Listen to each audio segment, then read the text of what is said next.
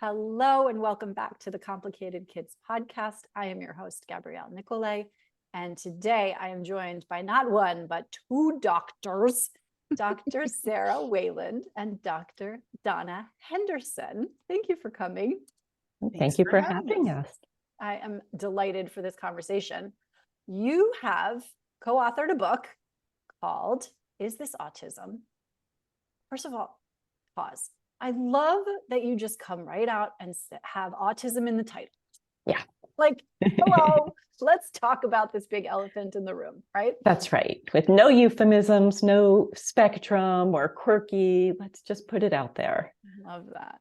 Is This Autism a guide for clinicians and everyone else? And so I warned you before we hit record. Why is the first question I want to ask you, Donna. Why did you write this book? So I have been a clinical psychologist for over 30 years.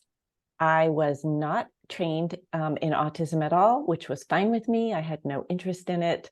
I avoided it, and I foolishly thought that that was okay. I was really comfortable saying, I don't do autism for the most part. And I think there are a lot of other clinicians out there that say that, until I got to a point where I realized I can't say that. People who are autistic are coming into my office. They don't know they're autistic. Their parents don't. Their teachers don't. Their other clinicians don't. They're being missed.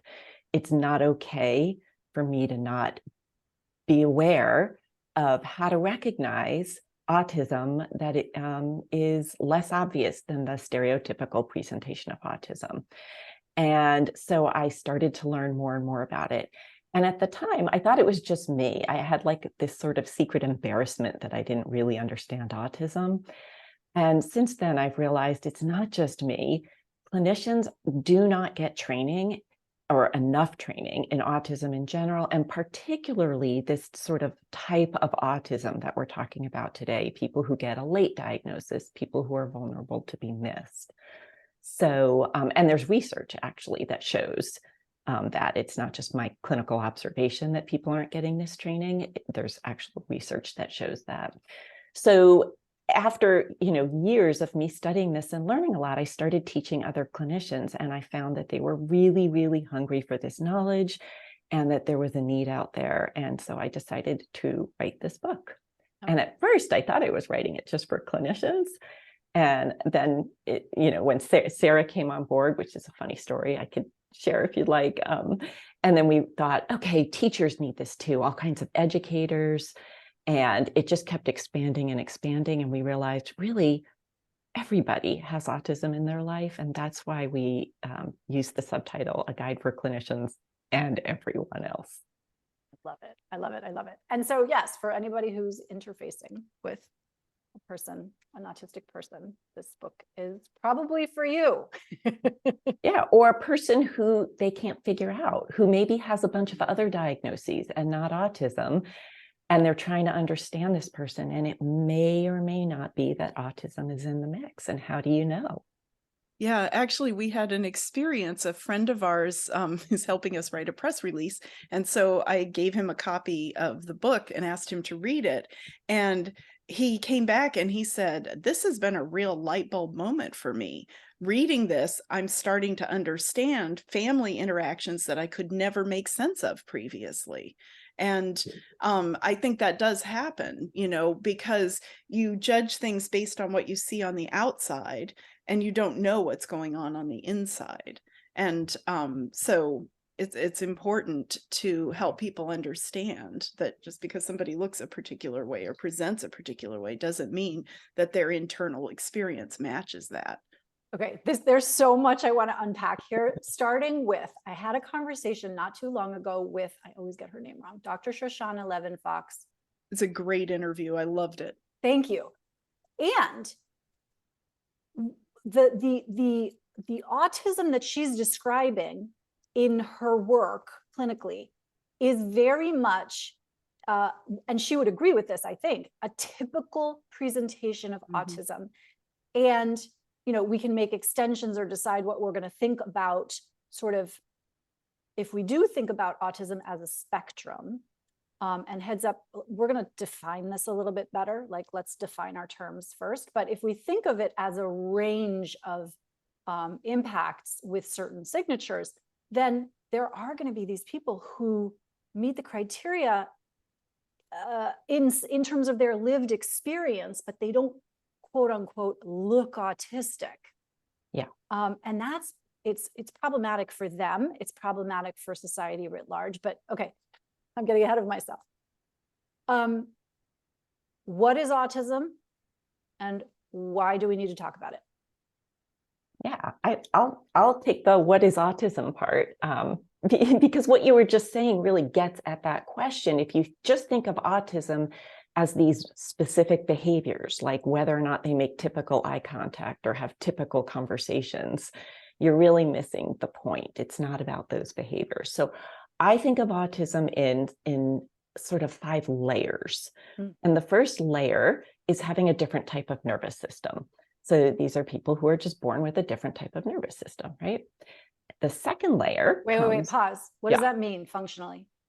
Well, that's the second layer. What does that mean functionally? Okay, good. It means that because their brain essentially all of their nervous system, but we'll talk about the brain for a moment, works differently than most people's. It means they experience the world and process the world and respond to the world that are in ways that are different from non-autistic people. So this can include how they experience and process external sensations like noise and texture and taste, right? Internal sensations like how they experience anxiety or hunger or pain. Their movement patterns like stimming or dyspraxia. The way that they communicate. For instance, a lot of autistic people prefer a much more direct, blunt communication style than non-autistic people. And the way they process information, which is, tends to be more of a bottom-up rather than a top-down process. So that's sort of the second layer is, okay, so I have a different kind of nervous system. I process the world in a different way, which leads to the third layer, which is, they're stuck living as autistic people in a world that is designed for non-autistic people. And there's this mismatch between their nervous system and the world, and it causes so many problems for them. The problem is not within them, which is how we see it often. It's because of this mismatch. So they're frequently misunderstood. They frequently misunderstand. They frequently are vulnerable to overwhelm because of the mismatch. Then we get to the fourth layer, which is the blame and shame. So when you have all these misunderstandings, if you have an autistic person interacting with a non-autistic person and there's a misunderstanding or somebody's not meeting somebody else's expectations, who's going to get blamed? The person in the minority group, which is the autistic person. And then it leads to the last layer, which is that they internalize that blame and shame and start to think of themselves as deficient in some way. So when I think about what autism is, I think about all these different layers that you have to understand. And why it's important should be clear from what Donna just said, but it's the impact it has on the child, the adult, is profound. They feel like they have to constantly hide who they are from the external world and try to figure out how to navigate that world that is so not built for them, which means they're stressed out all the time. And that blame and shame and, internalized ableism that ends up happening for these folks, it also happens for those who are supporting them. So I come to this as a parent. And so I have 2 children who are autistic, and my older son, it took him a while to get a diagnosis. It took him a while.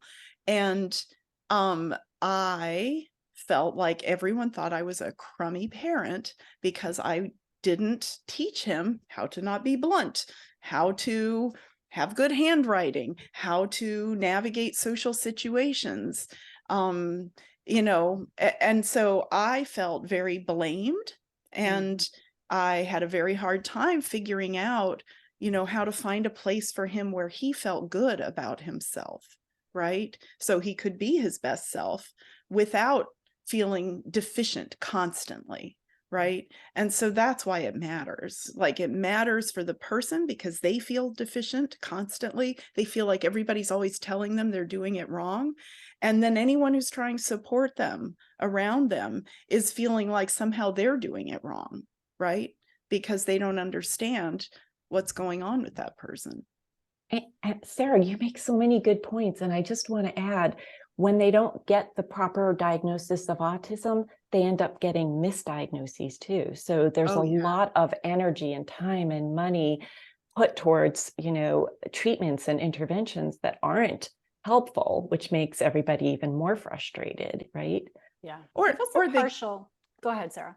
They could be helpful, right? Like, so very often autistic people have other things going on. So, they might have a language delay, they might have ADHD, they might have anxiety, right?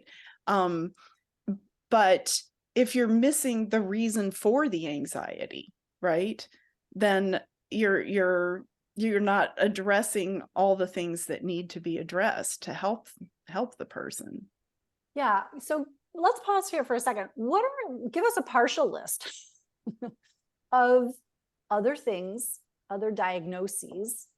Give us the alphabet soup that goes along or can go along with autism. How many hours do you have? Yeah, right.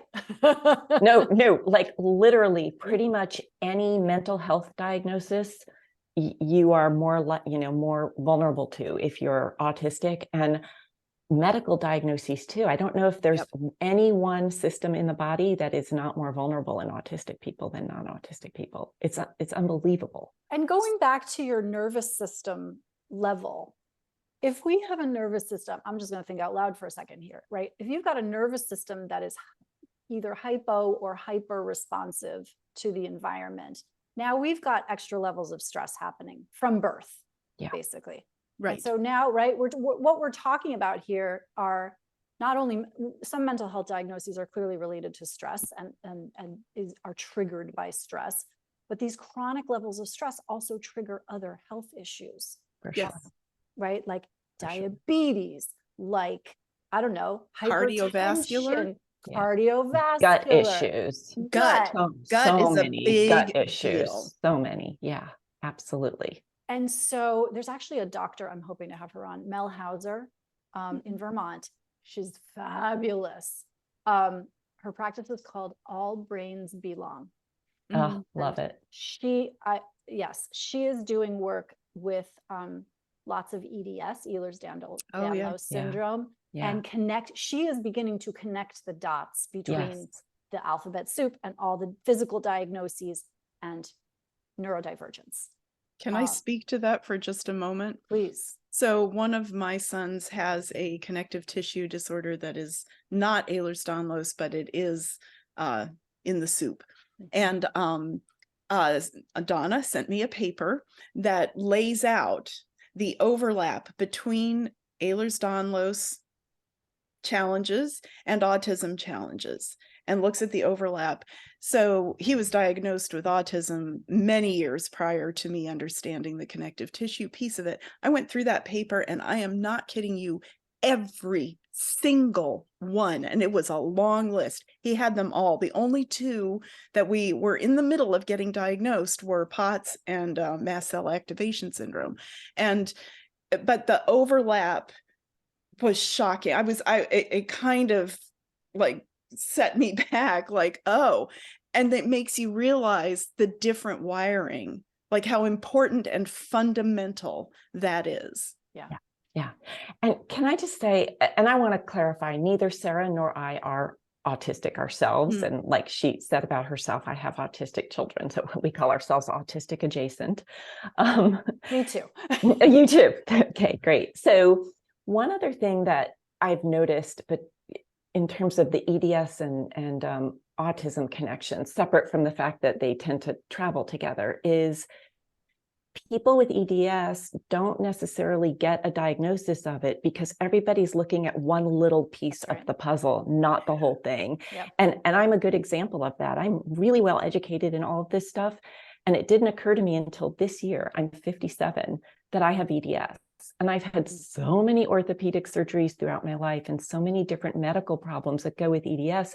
And each doctor just looks at one little part and nobody ever stepped back and look at the big picture. And it's the same with autism. You have, a speech language pathologist looking at some of, the speech or social communication differences. And you might have an OT looking at the sensory stuff. And you might have a psychotherapist looking at the anxiety, and teachers looking at how this child learns differently. And I could go on and on and on. And nobody ever steps back and says, let's look at the big picture. I wonder what's going on underneath all of this. And that's what we really want to encourage people to do. Yeah. And this is why I'm so happy that you wrote this book, because this is like, can we look at this whole thing and notice that there's an elephant here? Not, this story about the blind mice who are, one is at the trunk and the other is at the tail and the other is at the leg, and everybody's describing what they see. Right. But they can't see the whole thing. Yeah. Right. And yeah, I do think so. Okay. But there's this interplay, and this is true in, I just was talking to somebody yesterday about this interplay between needing to go 30,000 feet to look at what we're actually looking at, and then coming back down to the ground to do the work. Mm-hmm. And so can you talk a little bit about, like, I don't even know if there's a question embedded in here, but how do you think about, once we have, first of all, who's doing the recognizing of the elephant, who's going up to 30,000 feet to do this? And then what are everybody's roles once we've done that? And maybe that's the question. Well, as far as who's doing it, I can tell you not nearly enough people.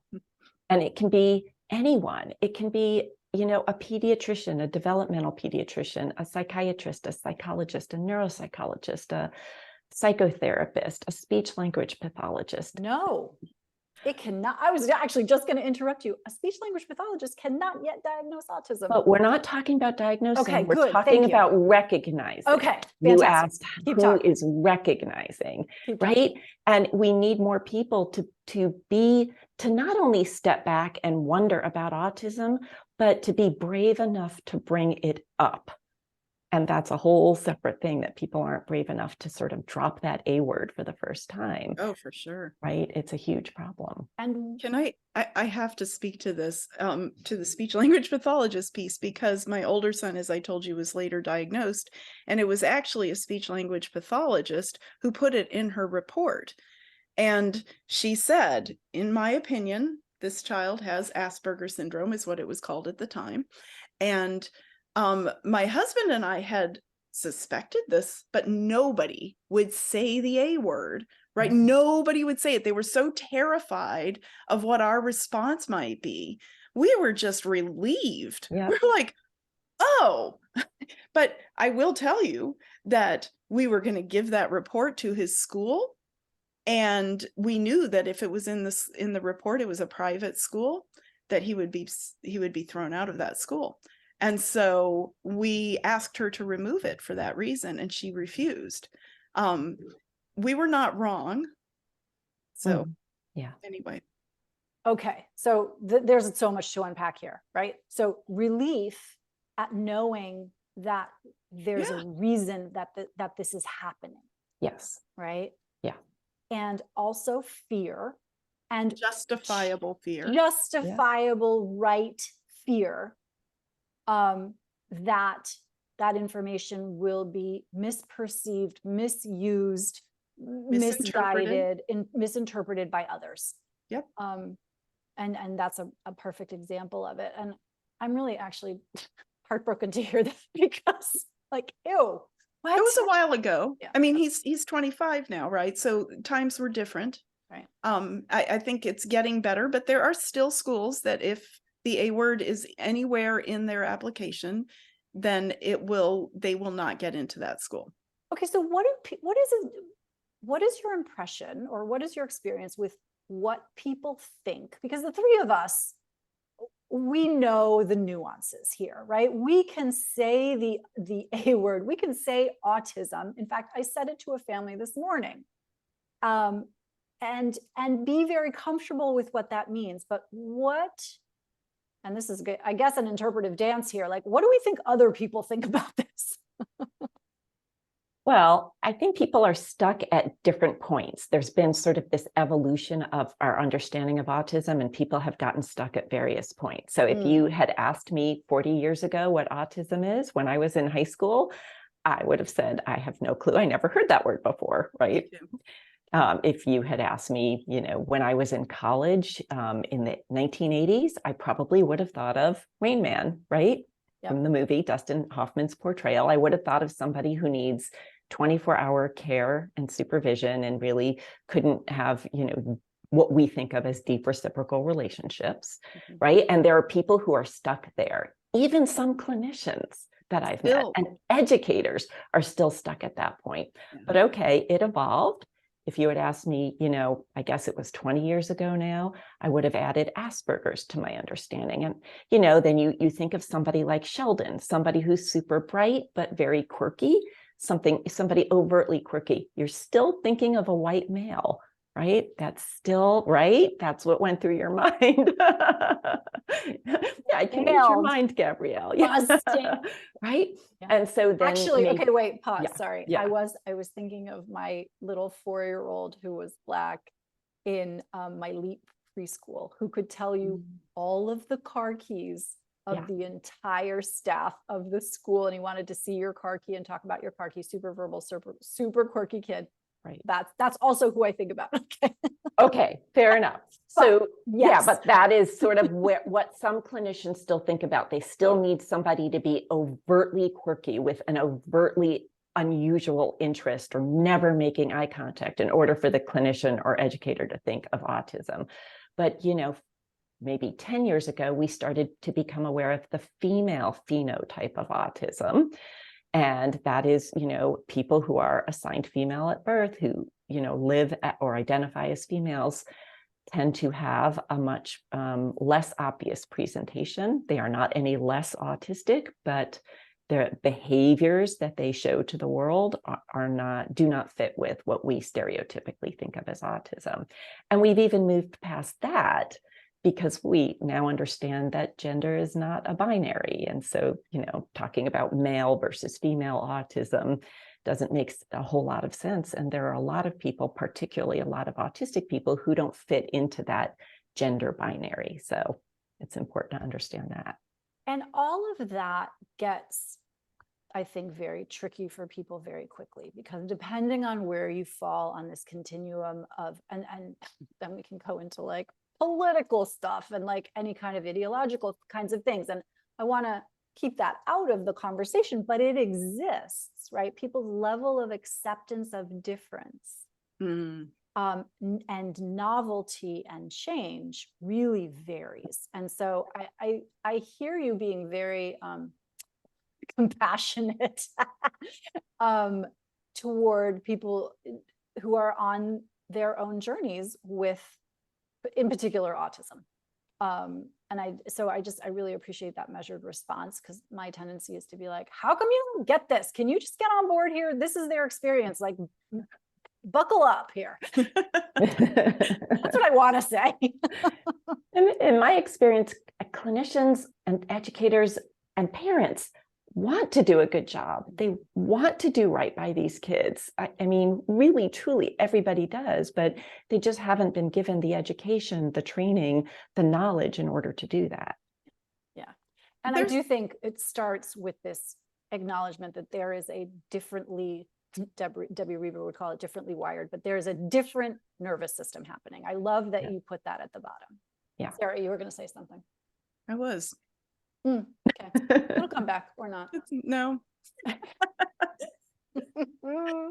So, Donna, you mentioned autism in girls, or people who are presenting as female. Can you talk a little bit about how that's different and why that matters? Yeah, so we have a ton of research about how autism presents differently in people who are identified as female. But I don't like to talk about it that way anymore. What Sarah and I like to say is what we've learned from the girls, because people of all genders can have this less obvious presentation of autism. So our focus is on people of all genders who have the less obvious presentation of autism. It's the girls who the research was done on.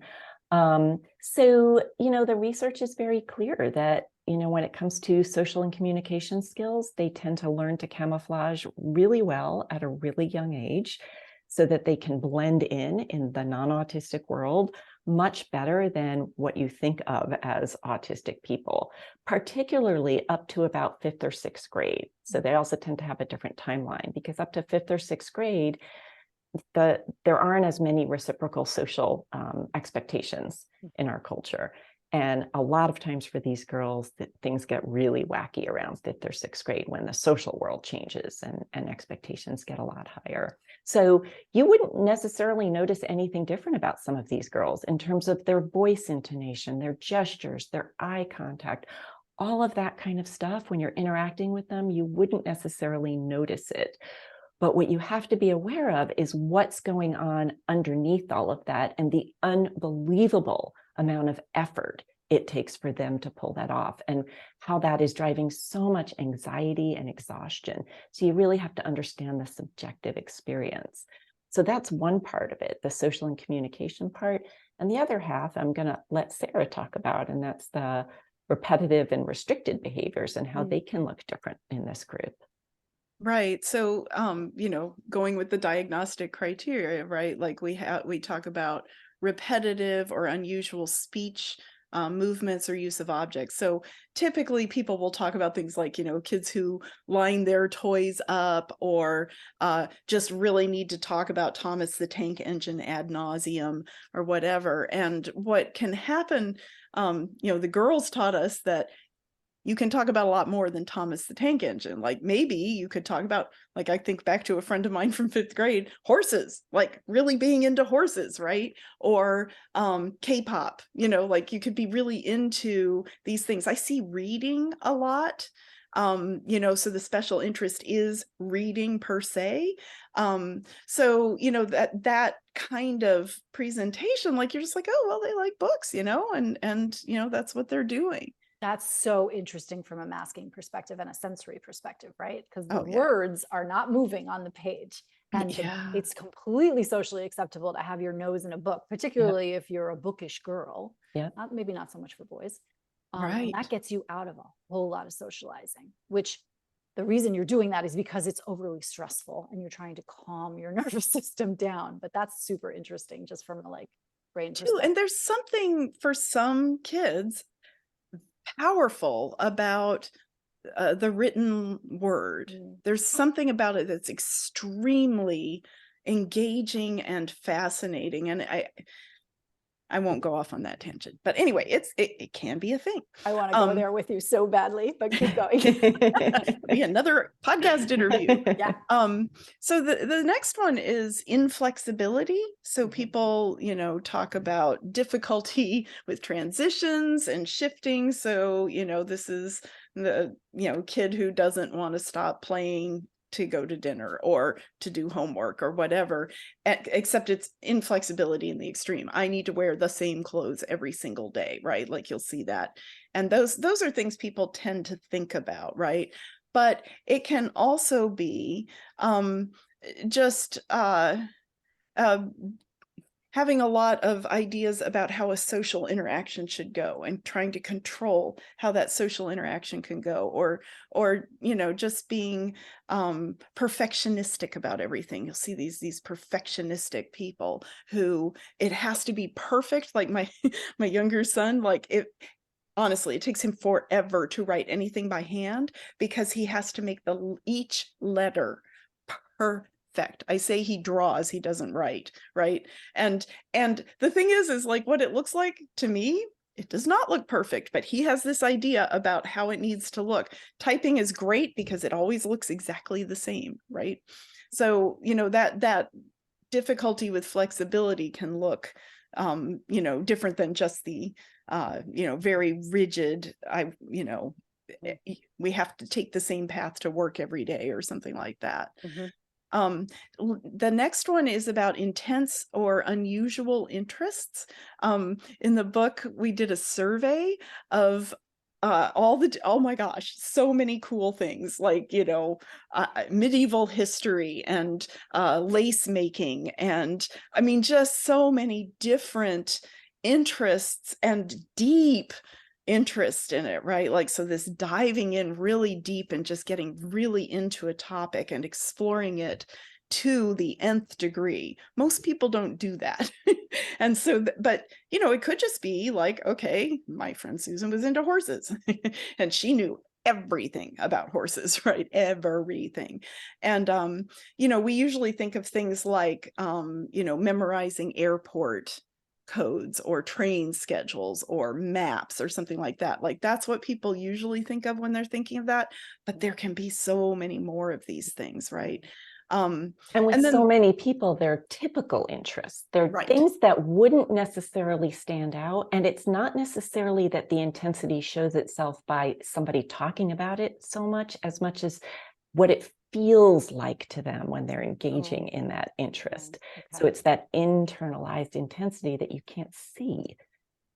And that is so important because something that I think it was a quote you got, Donna, and I can't remember, but maybe it was one of my clients, I don't know, but the person was saying that the reason she loved talking about whatever it was so much is because it brought her so much joy that she wanted to share that with everyone that she knew, right? She was like, she wanted you to feel as excited about it as she did, right? And so, so there's that, just need to share.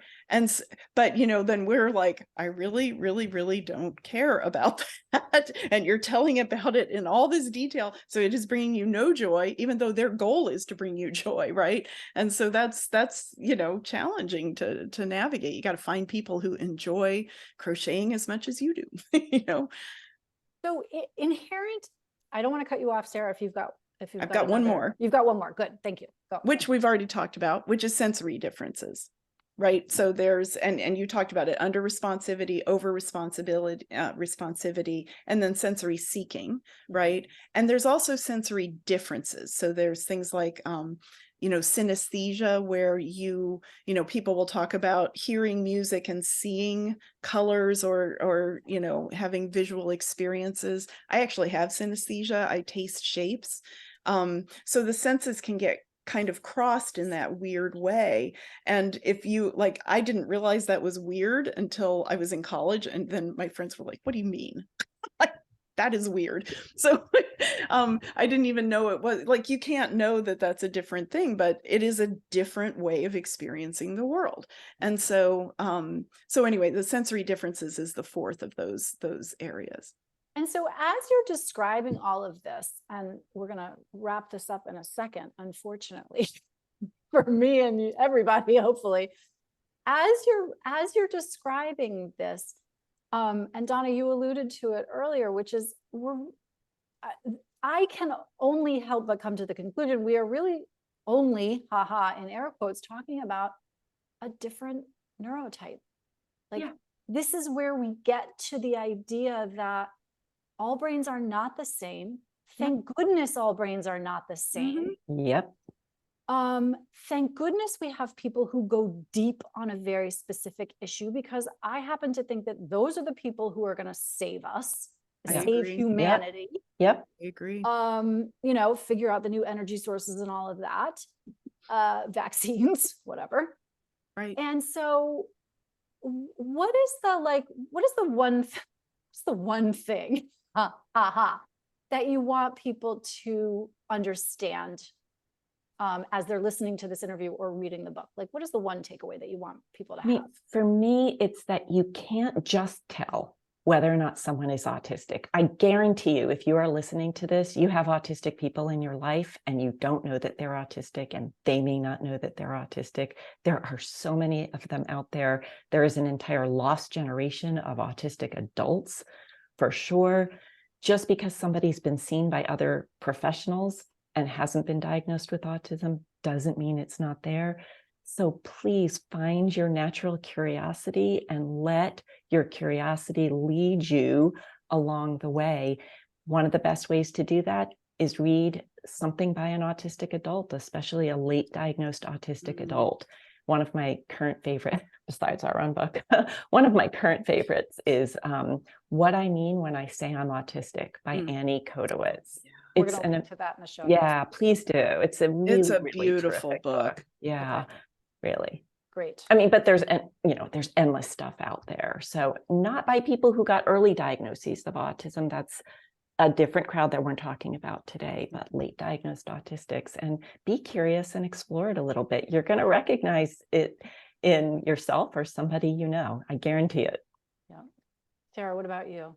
Well, I'm just going to amplify what Donna said. I have this little mantra, which is I hope that difference inspires curiosity instead of judgment.